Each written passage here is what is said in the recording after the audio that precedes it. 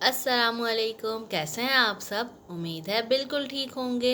आज हम उर्दू की कॉपी में काम करेंगे। चलिए चलिए शुरू करते हैं। सफ़ा नंबर 3 निकालिए। यहाँ पे हमें अलिफ मद आ दिया हुआ है। आपको पता है अलिफ मद्दा की आवाज़ क्या होती है? आ आम, आ आड़ू, आ आलू। आपने इसकी नज़म और कहानी तो सुनी होगी। चलिए अब हम लिखते हैं। अलिफ मद्दा लिखने के लिए पहले हम अलिफ बनाएंगे। ये देखिए, ये जो नुक्ता है यहाँ से शुरू करेंगे और नीचे की तरफ लेकर आएंगे। इस तरह अब हम मद बनाएंगे। सीधी तरफ से शुरू करेंगे, सीधे हाथ से, और उल्टी तरफ लेकर जाएंगे ऐसे। चलिए ऊपर से शुरू करके नीचे लेकर आते हैं अलिफ, और ऊपर मद बना देंगे यहाँ से शुरू करके ऐसे। हमारा अलिफ मद्दा बन गया। अलिफ बनाएंगे और मद बना देंगे। अब हमें यहाँ पर 2 डॉट्स दिए हुए, देखिए यहाँ पे हमें 2 नुक्ते दिए हुए हैं। अब हमने यहाँ पर खुद लिखना है। इस नुक्ते से शुरू करके अलिफ बनाएंगे ऐसे, और इस नुक्ते से शुरू करके मद बनाएंगे ऐसे। ठीक है, दोबारा से बनाते हैं अलिफ और मद। ये बन गया अलिफ मद आ।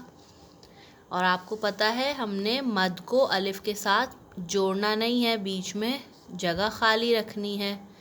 अलिफ और अलिफ मद आ, ऐसे ही हम पूरा पेज कर लेंगे। अब देखिए यहाँ पे हमें नुक्ते नहीं दिए हुए, यहाँ पे हम खुद लिखेंगे।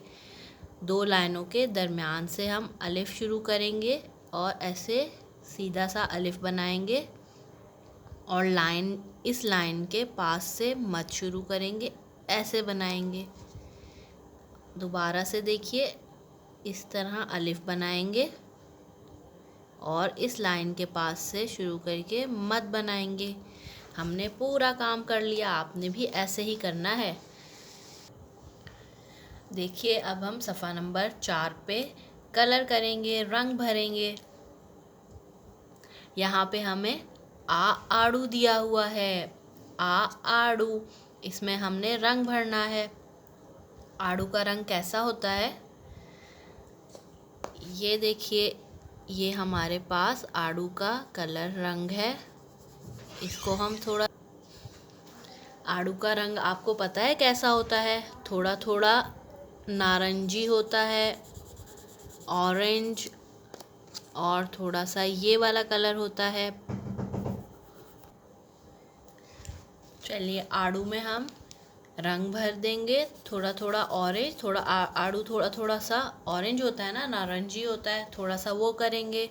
थोड़ा सा ये वाला पीच कलर करेंगे, और पत्ते में हम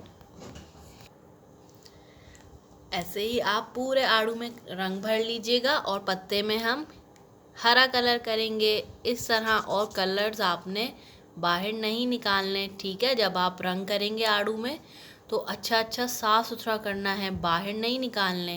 अल्लाह हाफ़िज़।